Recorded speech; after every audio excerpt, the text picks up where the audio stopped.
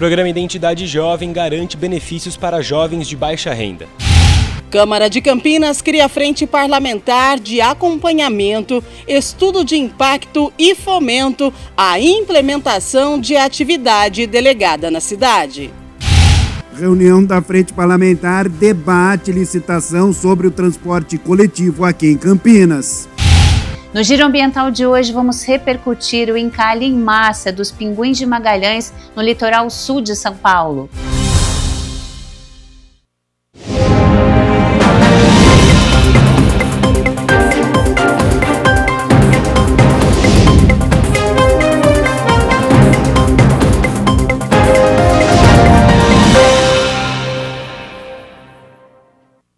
Olá, boa tarde. Chegamos ao meio da semana, quarta-feira, 3 de setembro de 2025. Começa agora o Jornal Câmara Notícia, ao vivo, meio-dia mais 5 minutos. Muito obrigado pela sua companhia, pela sua audiência e participe. Vamos conversar, envie a sua mensagem para o número do nosso WhatsApp, 19 é o nosso DDD. Para você que é de Campinas e região, pode ir direto, 978293776. Ou você tem a opção de enviar esta mensagem apontando a câmera do seu celular para o QR Code. Vamos com as notícias da metrópole. Hoje, no nosso quadro Como Eu Faço, nós vamos ensinar quem tem entre 15 a 29 anos a se cadastrar no programa Identidade Jovem.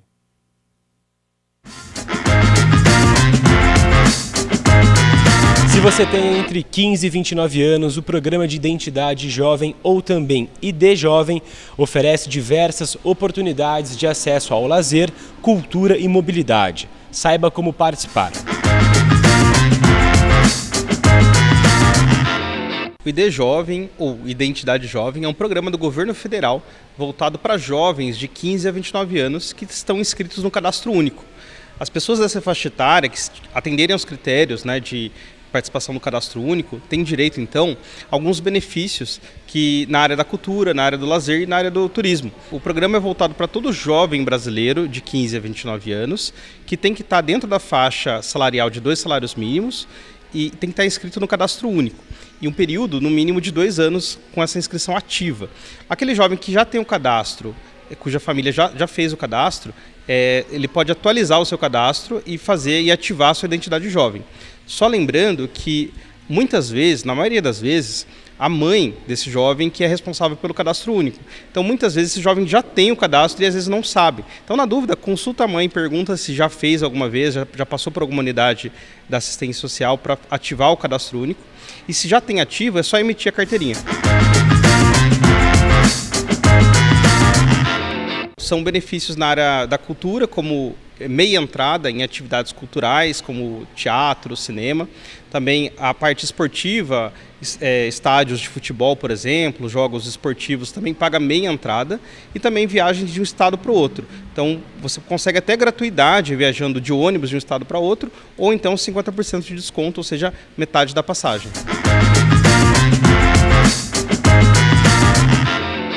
A primeira orientação é consultar a família. Pergunta para a mãe, principalmente, se já teve ou tem cadastro único ativo. Tendo ativo, é só entrar no site do Identidade Jovem ou no aplicativo, baixar na Play Store e ativar a Identidade Jovem. Caso não tenha o cadastro único, aí a orientação é ligar no telefone 156, agendar o atendimento junto a um CRAS ou ir pessoalmente a um CRAS mais próximo da residência e lá fazer o cadastro único. Uma vez feito o cadastro único, é só emitir a carteirinha, então, dentro do site do Identidade Jovem ou através do aplicativo. Se já tem o cadastro único ativo, principalmente vai precisar do nome completo, nome da mãe, data de nascimento e o número de identificação social, o NIS. Caso não tenha o cadastro único ativo, aí a orientação é ligar no 56 e perguntar quais os documentos necessários para fazer o cadastro único. Como eu disse, normalmente é a mãe que faz ali o cadastro, por conta da questão familiar. Porém, se o jovem mora sozinho, também tem direito, e aí ele mesmo pode fazer o seu agendamento e fazer o seu cadastro único. A gente tem hoje 30 postos de atendimento do Juventude Conectada, que a gente chama de Núcleo de Inclusão Digital, e eles estão espalhados por todas as regiões de Campinas. Todas elas estão cobertas pelo programa. Então, a pessoa que tem dúvida também pode procurar alguma unidade do Juventude Conectada. Dentro do nosso site tem os endereços dessas unidades e lá eles vão poder orientar também. Acho que a primeira questão é fazer a consulta para ver se existe o cadastro único ativo. Isso é muito simples, basta o nome completo do jovem, o nome completo da mãe, data de nascimento, já consegue identificar se tem esse cadastro ativo. Tendo ele ativo, se não precisar atualizar, é só emitir a carteirinha online mesmo, ele consegue isso através do Juventude Conectado. É super simples, é super fácil e ainda falta muita gente que tem direito a fazer a sua carteirinha. Então você que está nos assistindo, confere lá, porque provavelmente você tem esse direito e não tá utilizando ainda.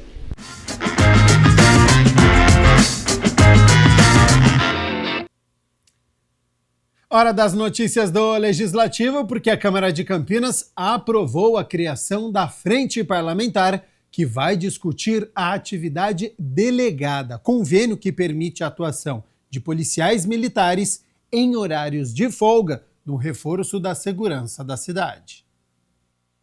A criação da Frente Parlamentar para discutir a atividade delegada em Campinas foi aprovada em plenário e terá a missão de acompanhar estudos, avaliar impactos e propor ações para a implementação de convênios entre município e estado. A medida pode fortalecer a segurança no município, já que o convênio entre a Prefeitura e o governo do estado permite a atuação de policiais militares em seus horários de folga no apoio direto às ações de segurança pública. A Frente Parlamentar ela vem com o objetivo principal de montar esse ecossistema para garantir mais segurança na cidade de Campinas. Pretendemos trazer aqui para casa a comunidade, delegados, comando da Polícia Militar, como também o comando da Guarda Municipal. Entender como que esse ecossistema poderia reforçar a segurança da cidade e também encomendar estudos de impacto orçamentário, porque nós temos uma grande barreira pela frente, que é para contratação, tem que ter dinheiro. Então, nós pretendemos contratar um estudo de impacto orçamentário para saber de onde é possível tirar esse dinheiro para garantir mais segurança. Nós tivemos a convite do comandante da Polícia Militar em uma reunião lá no 8º Batalhão. Ele falou que existe um ganho enorme para ele enquanto comando, porque ele consegue ter uma tropa bem mais remunerada, uma tropa melhor, porque muitos hoje saem, por exemplo, de Campinas para trabalhar em cidades vizinhas, como Indaiatuba, que lá paga, algumas cidades da RMC, paga essa atividade remunerada. Então ele perde muitos soldados aqui, também efetivo, para outras cidades. Além do que a cidade ganha muito, porque a economia, o investimento, na segurança traz economia em outras áreas. Por exemplo, como a saúde, entre outros. Então, segurança também é uma coisa que sempre está apontando em pesquisa de satisfação como uma das prioridades da cidade.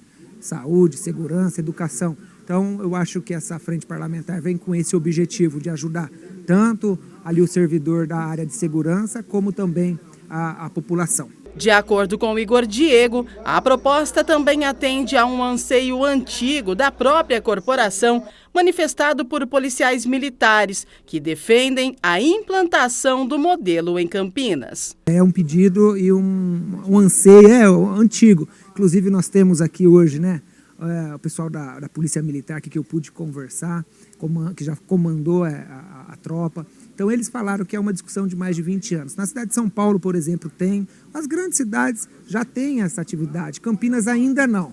Eu acho que é importante a gente começar essa discussão, aquecer essa ideia, encontrar soluções também para levar para o executivo, porque a gente, volta a dizer, acaba esbarrando na questão econômica, do impacto orçamentário, e a Frente Parlamentar, vamos trazer esses especialistas aqui para debater esse assunto.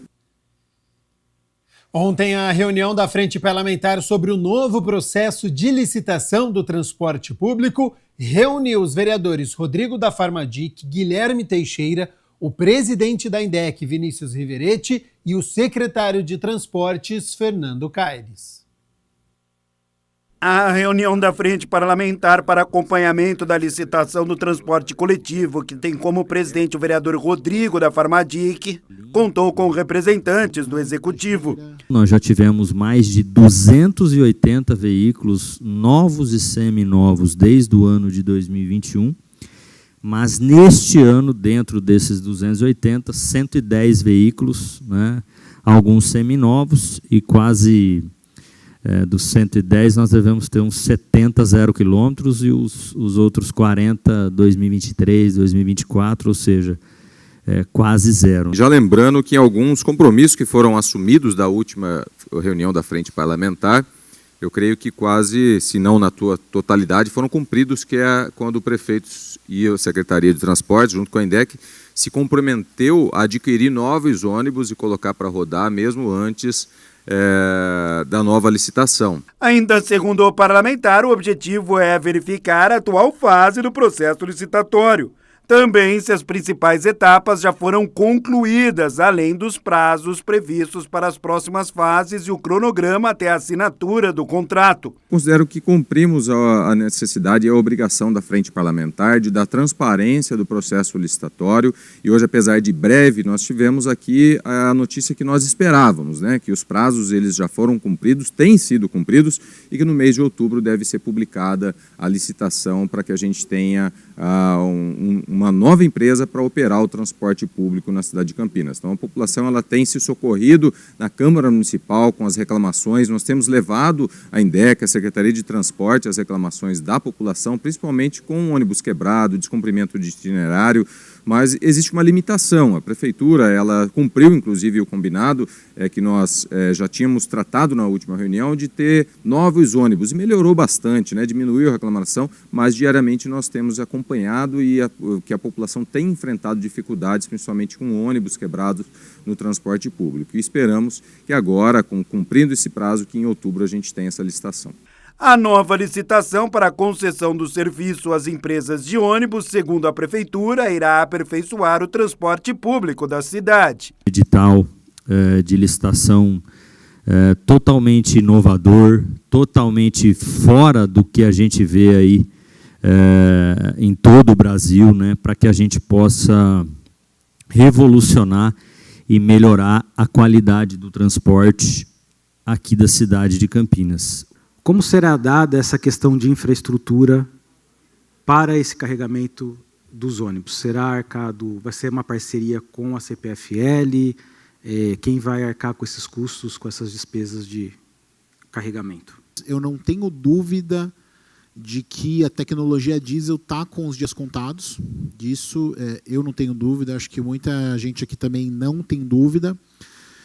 A tecnologia elétrica é uma tecnologia que ela chegou muito forte.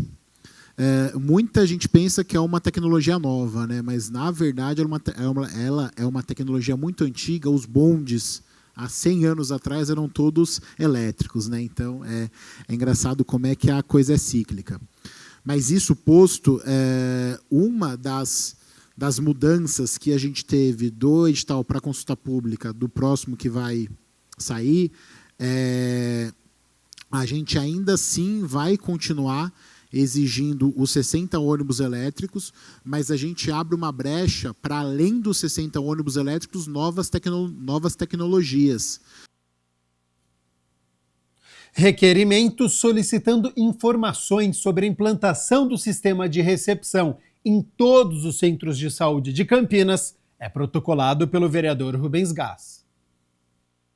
Nos primeiros meses de 2025, todos os centros de saúde de Campinas receberam um novo serviço de recepção.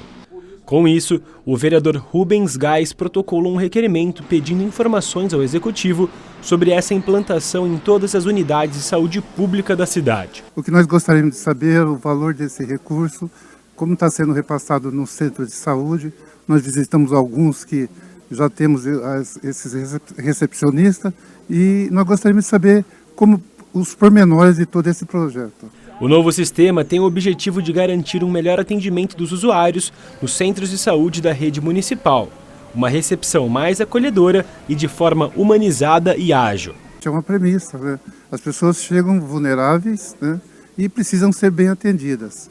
Evidentemente que a gente acolhe e aprova muito isso, tanto é que da nossa emenda parlamentar nós destinamos R$480 mil para a região dos Amarais, 120 mil para cada centro de saúde. O que nós gostaríamos de saber é os pormenores de todo esse contrato e como está sendo feita essa integração na cidade de Campinas. Ainda conforme o documento, além da recepção, o vereador questiona a implantação do projeto de informatização das recepções dos serviços de saúde do município, com a instalação de totens de autoatendimento, softwares específicos e painéis de senha. É o nosso desejo e precisamos saber, né, conforme eu disse, de forma mais incisiva todo esse processo. Hora de homenagem no Jornal Câmara Notícia. Por iniciativa do presidente da Câmara, o vereador Luiz Rossini, foi entregue o título de cidadão campineiro ao Luiz Antônio Alves Torrano.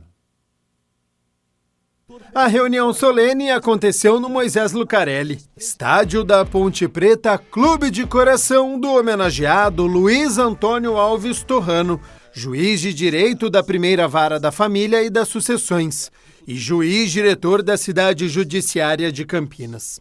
A iniciativa da entrega do título de cidadão campineiro foi do presidente da Câmara, o vereador Luiz Rossini. Aqui em Campinas, judica desde 1999, sendo que desde 2009 também exerce as funções de juiz de direito, diretor da cidade judiciária de Campinas. Também foi diretor regional da 4ª Região Administrativa Judiciária de Campinas entre 2012 e 2017.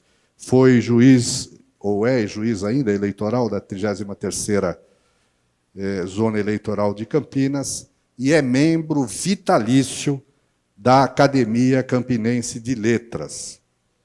Dr. Torrano recebeu diversas honrarias, sendo reconhecido tanto no mundo jurídico e acadêmico por sua cultura em geral, a sua cultura jurídica e também sua dedicação à sua profissão. O homenageado, Dr. Luiz Torrano, agradeceu a honraria recebida e relembrou a chegada à cidade de Campinas.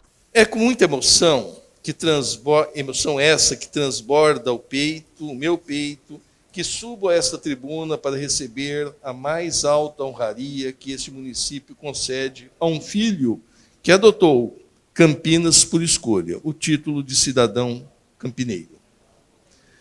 Há quase 50 anos, lá nos idos de fevereiro de 1975, eu, então com 21 anos, recém-formado em letras, cheguei a Campinas com uma mala cheia de livros e de sonhos. Campinas me acolheu de braços abertos. Foi aqui que a minha vocação para o ensino floresceu. Tive a imensa alegria de lecionar língua portuguesa, a matéria que primeiro me moveu, em escolas que são verdadeiras instituições da educação campineira, dentre as quais posso citar o Instituto Educacional Imaculada, o Liceu Salesiano Auxiliadora, isso em nível de 2º grau, além das universidades já declinadas pelo nosso grande presidente Rossini.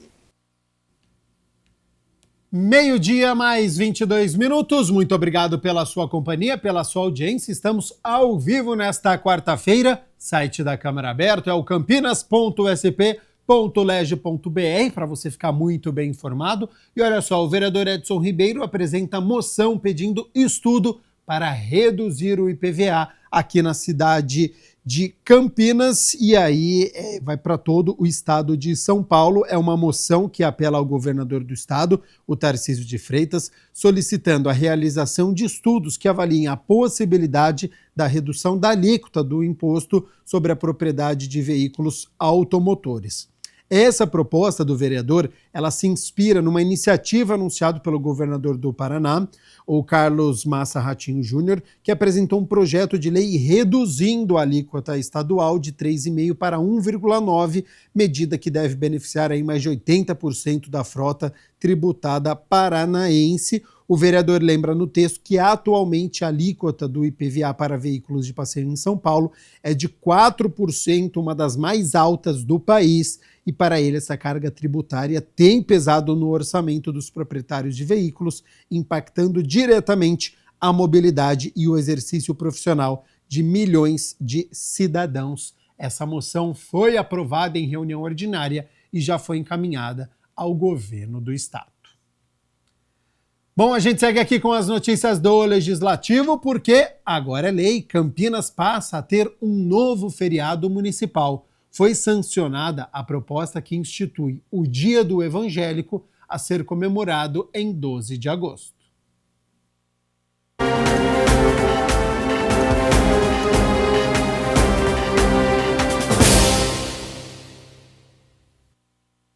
Foi publicada no Diário Oficial do Município a Lei 16.785, de 1º de setembro de 2025, de autoria do vereador Felipe Marchesi.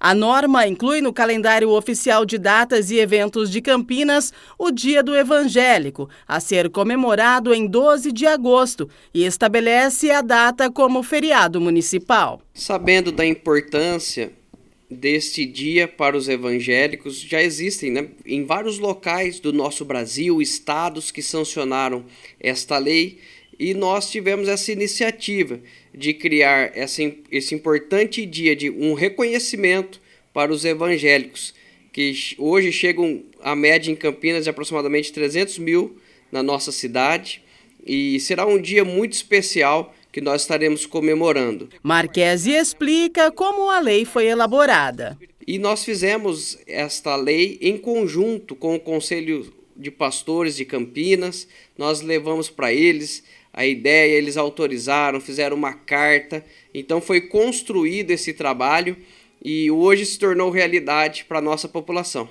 A proposta recebeu apoio unânime dos parlamentares presentes no dia da votação em plenário. A votação, todos que estavam presentes votaram favorável, apenas uma abstenção, mas bem aprovado por todos os partidos, votaram favoráveis. E agora agradecer, o apoio dos amigos vereadores, da Câmara Municipal, que passa a ficar marcada na nossa história, na história de Campinas.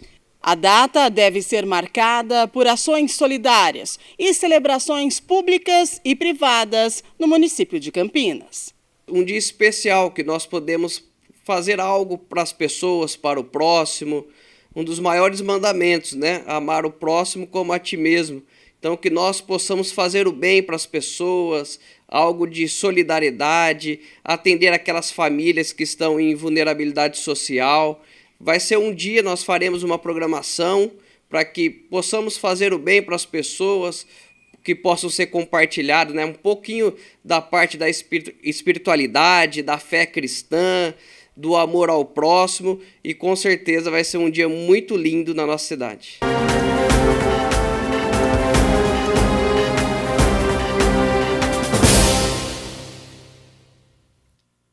Meio-dia mais 27 minutos. Muito obrigado pela sua companhia, pela sua audiência. Estamos ao vivo nesta quarta-feira e olha só, recentemente um encalhe em massa de pinguins de Magalhães jovens, principalmente em Ilha Comprida, chamou a atenção.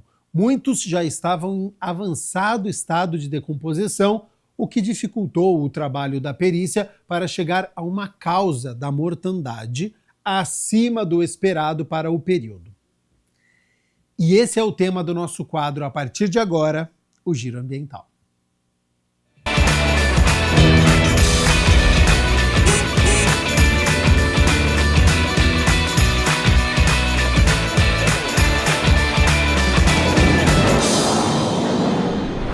No Giro Ambiental de hoje vamos repercutir e tentar compreender o que provocou o encalhe em massa dos pinguins de Magalhães no litoral de São Paulo. E eles foram encontrados em avançado estado de decomposição. O Instituto de Pesquisas Cananéia, o IPEC, registrou 880 animais em Cananéia, Ilha Comprida e cidades do litoral sul de São Paulo até o dia 26 de agosto. E para conversar sobre esse assunto, nós convidamos o biólogo Vitor Filippucci, que é mais conhecido nas redes sociais como Pido. Muito obrigada por aceitar o nosso convite, Pido.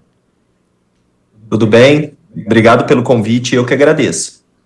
A gente precisa falar desse assunto triste, né? A gente sabe que acontece esses encalhes ou aparecimento de alguns pinguins no nosso litoral. Eu mesma tive a oportunidade de conhecer um pinguim pessoalmente no litoral de Cabo Frio, no Rio de Janeiro, há mais de 20 anos atrás. Ele estava vivo, e aí eu fui saber que acontecia esses desvios de rota, né, Pido? Mas essa quantidade de pinguins, o que será que está acontecendo? Bom, o que acontece é que realmente o nosso litoral ele acaba fazendo parte da rota de migração, só que principalmente de pinguins que acabam vindo da região da Patagônia. Só que a hora que eles chegam aqui na nossa região, né, principalmente os registros foram feitos, apesar do Instituto Cananéia ter registrado mais de 800 mortes, se a gente pegar todo o litoral, desde o Santa Catarina até o Rio de Janeiro, já são mais de 3.300 mortes registradas até esse mês, agora só em 2025. Então, o que acontece é que quando eles vão chegando aqui no nosso litoral, eles vão se deparando com situações que eles, naturalmente, eles não estariam acostumados, das mais diversas possíveis, e isso acaba levando ao encalhe. Eu lembro que, na época, eu fiquei curiosa, fui pesquisar um pouquinho e descobri que eles até tinham pneumonia, né, por causa da mudança climática e tal. Mas, nesse caso, o que chamou a atenção foram as características, né, parece que são mais jovens os pinguins encontrados. Isso, dos principais fatores que acabam levando eles a isso é que quando eles chegam aqui no nosso litoral, eles estão muito cansados. E a primeira coisa que eles sofrem, em termos fisiológicos, é com hipotermia. Então, eles já estão cansados, estão sem energia, mudança de temperatura, leva a um quadro de hipotermia, e essa hipotermia pode levar, por exemplo, ao desenvolvimento de infecções que até então o sistema imunológico deles estava conseguindo combater, só que essa mudança acaba desfavorecendo isso. Então, o quadro de pneumonia é um dos quadros que pode acontecer por conta dessa mudança climática que eles enfrentam. Esse número expressivo é a primeira vez que se encontra de uma vez só, né? Porque de uma vez só, assim, né? Ao longo de 15, 20 dias, né? Esse número ao longo do ano já existe uma estimativa, mas eu acho que foi uma quantidade maior do que esperado, não é? Realmente esse ano virou notícia porque foi um número muito grande num período muito curto de tempo. Se a gente pegar 2024, por exemplo, o ano todo registrou um número alto também, mas ao longo do ano todo. Só que esse ano, esse número, por exemplo, se a gente pegar só em Ilha Comprida, que foi onde gerou a principal notícia, foram mais de 330 animais somente num trecho de praia, que foi o trecho de Ilha Comprida, no período de uma semana. Na verdade, quase que um dia praticamente, que foi quando eles chegaram lá. Então, por isso que foi um número que foi meio impressionante, por conta de ser um período muito curto de tempo, né? Sim, muito maior do que o esperado para o período, né? Eu sei que ainda é uma especulação, porque a gente não tem os dados, parece que as pesquisas estão sendo feitas com aqueles que ainda preservaram alguma condição também, porque não dá para pesquisar quando já está muito decomposto, né? Mas o que poderia causar, já que eles não têm a presença de óleo, por exemplo, que é uma contaminação visível e que a gente consegue associar já a algum desastre ambiental, alguma coisa assim? Então, assim, é bem o que você disse mesmo, que por conta do estado avançado de decomposição é difícil determinar, mas o próprio Instituto recolheu algumas amostras e agora a gente tem que esperar o resultado dos estudos, mas assim, na base das hipóteses, né, o encontro com águas poluídas pode causar essa mortalidade alta, porque pode levar... não exatamente no local que eles morreram, mas o início do contato com águas mais poluídas pode levar a processos de infecções, pode levar ao desenvolvimento de parasitoses, então pensando em fatores internos, né, ao desenvolvimento de parasitoses e infecções bacterianas mesmo, virais e tal, que são agentes que eles não tinham contato até então onde eles estavam. Pode ter o quadro de poluição, e não necessariamente a poluição por óleo, que seria a poluição visível, né? Então pode ter esse desenvolvimento, e pode ser que pelo longo período de viagem, a distância muito grande, o esforço, dependendo aonde eles chegaram, se eles não tiverem disponibilidade de comida suficiente para fazer essa reposição de energia, a mortalidade pode acontecer por fome também, porque eles chegam muito cansados e eles têm que fazer essa reposição alimentar muito rápido também. E aí, por conta da situação do local, se não oferecer essa quantidade de comida suficiente, acaba levando a essa mortalidade de alguns indivíduos do grupo, né? E eu tinha visto também a questão da pesca, isso é possível de acontecer, já que eles não têm interesse comercial, terem sido pescados por acidente e descartados? Olha, a interação com a atividade pesqueira pode levar, sim, a isso. Mas não necessariamente eu acredito deles serem pescados e descartados daquela forma. Talvez até pela quantidade, mas nada é descartado. Tá? Nenhuma hipótese é descartada. O que eles entendem como interação com a atividade pesqueira é que, na verdade, a atividade pesqueira vai estar no mesmo ambiente que esses pinguins usariam para se alimentar. E aí, essa competição com a atividade pesqueira pode levar a isso. Mas, assim, a interação com parte de redes de pesca e tudo mais também é uma hipótese, uma possibilidade que não pode ser descartada. Tudo a gente vai só ficar sabendo quando saírem os resultados finais das análises aí. Seria uma competição por comida quase desleal, né? Porque a rede consegue ali capturar muitos peixes e como era um bando grande, de repente ficaram sem alimentação. Ou seja, são muitas hipóteses, uma possibilidade. Né? Muitas hipóteses. Com certeza. E como é que são feitos esses exames? Na parte gastrointestinal, a parte alimentar? É sanguíneo? Você tem conhecimento dos testes? Para a identificação, por exemplo, se existiu algum tipo de poluente na água que levou a isso, a própria análise no tecido, em tecidos que ainda têm condições, né, que não estão em decomposição muito avançada, apesar dos corpos, de maneira geral, estarem em estado avançado de decomposição, a análise desses tecidos pode ajudar na identificação de possíveis materiais poluentes que poderiam ter levado a isso, mas se for na parte de ingestão e presença de vermes, por exemplo, que pode ter levado o grupo à morte por conta de uma verminose ou parasitose de maneira geral, não necessariamente vermes, mas uma parasitose de maneira geral, seria trato gastrointestinal mesmo, e tentar identificar naqueles que ainda tinham algum trato gastrointestinal para apresentar para uma análise, né? Preservado, né?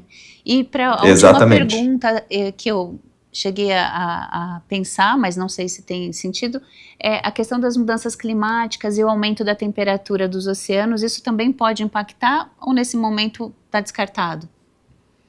Não, pode impactar, porque toda essa alteração que a gente tem, climática de maneira geral, que acaba impactando em temperatura de água, pode impactar também em corrente marítima, alteração, mesmo que leve, porque esses animais eles usam as correntes marítimas como se fossem estradas no oceano. E se essas estradas, por algum motivo, mudam a rota, por conta principalmente de temperatura, por exemplo, elas alteram a rota natural, acontece que aí esses grupos pegam caminhos diferentes do que eles deveriam pegar. E muitas vezes são levados a locais ou que aumentam a distância do processo de migração, e isso aumenta o cansaço e leva a todos os outros problemas, ou pode realmente alterar a rota, levando a rota até áreas de litoral que eles não estão acostumados e que realmente aí não é por conta de mudanças, mas que aquela área, por exemplo, já naturalmente não apresentaria os recursos que eles precisariam. Então, sim, as mudanças podem acarretar nessa mudança de rota deles e levar a todo o resto dos problemas aí. Ou seja, o nosso equilíbrio delicado, né? Infelizmente, a gente está sujeito a tudo isso e a gente espera, então, que as investigações consigam trazer alguma luz nesse sentido, né? Pido, eu queria que você deixasse seu canal de contato para quem tiver dúvidas ou quiser seguir os seus conteúdos sobre biologia. Em todas as redes, no YouTube, no Instagram e no TikTok, é Pido Biologia, e nas próprias redes vai ter lá e-mail de contato, no Instagram, na bio tem o e-mail de contato, então fique à vontade, entre em contato, e sigam os conteúdos, porque tem muita biologia, todos os dias a gente tem um pouquinho de conteúdo de biologia e ciência de maneira geral para oferecer para vocês aí. E o conhecimento é essencial para que a gente consiga também defender aquilo que é tão precioso, né? Queria agradecer demais a sua presença aqui com a gente, Pido. Muito obrigado, eu que agradeço o convite e agradeço a oportunidade de falar do assunto. Toda oportunidade que a gente tiver de conscientizar e falar sobre ciência é bem-vinda. Obrigadão. Obrigado, mais uma vez. E para você que nos assiste, continue com a gente porque agora é hora daquele giro ambiental pelas curiosidades do Brasil e do mundo.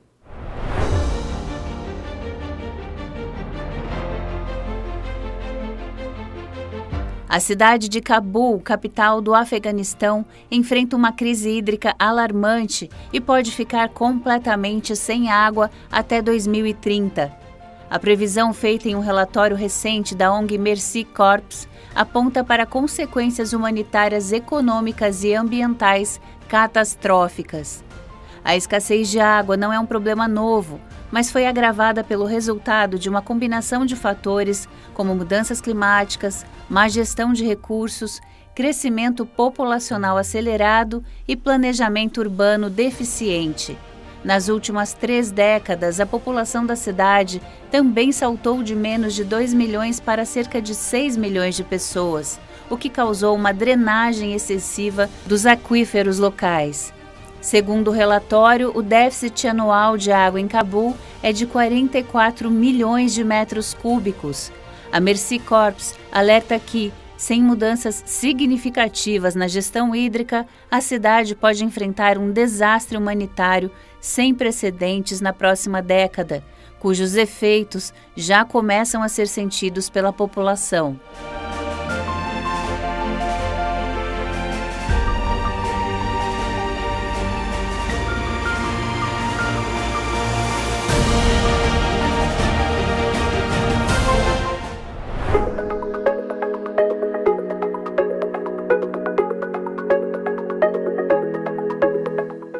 O Brasil precisa ampliar produção de combustível sustentável para a aviação se quiser cumprir a meta climática do setor até 2037, diz Federação das Indústrias do Estado do Rio de Janeiro, a Firjan. Somente assim, o país cumprirá a meta de reduzir em 10% as emissões de gases do efeito estufa em voos domésticos até 2037. Para isso, será preciso produzir pelo menos 1,1 bilhão de litros de combustível sustentável de aviação, o SAF. A estimativa feita pela Firjan destaca os desafios para o setor aéreo. Atualmente, o Brasil não produz SAF, um combustível crucial para a descarbonização da aviação, principalmente em rotas longas, onde a eletrificação não é viável. Existem apenas 6 projetos em desenvolvimento no país, sendo a maioria ainda em fase inicial de estudos.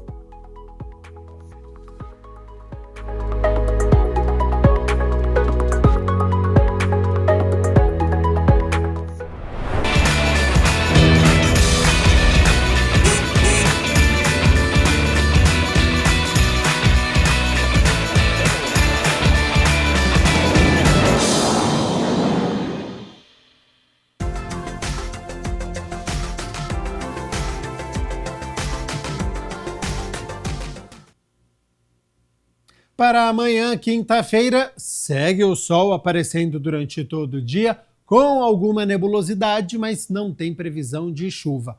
Umidade relativa do ar mínima em torno de 25%, que é considerada baixa, então é importante reforçar os cuidados com a hidratação, principalmente através da ingestão regular de bebidas não alcoólicas e também pelo uso de loções para a pele, soluções fisiológicas adequadas para óleos e mucosas, umidificação de ambientes nos períodos da tarde, dando atenção especial a idosos, crianças e pessoas com deficiência. Amanhã, ventos moderados são esperados no período da manhã.